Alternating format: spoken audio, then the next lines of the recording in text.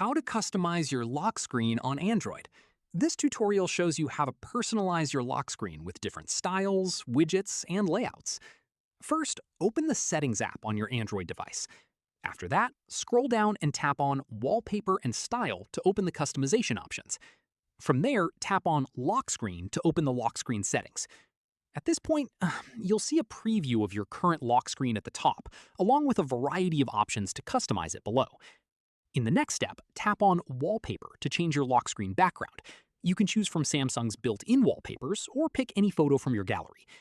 Following this, go back and tap on Clock Style to change the font, size, and color of the clock displayed on your lock screen. Once done, tap on Widgets to add useful information like the weather, music controls, or your schedule directly on the lock screen. From here, tap on Shortcuts to change the shortcut icons that appear at the bottom of your lock screen for quick access to apps like the camera or flashlight. Finally, once you're happy with everything, tap the back button, and all your changes will be saved and applied to your lock screen automatically. And that's it. If this guide helped you customize your lock screen on Android, give it a like, subscribe for more Android tutorials, and tap the bell icon for updates. See you in the next one.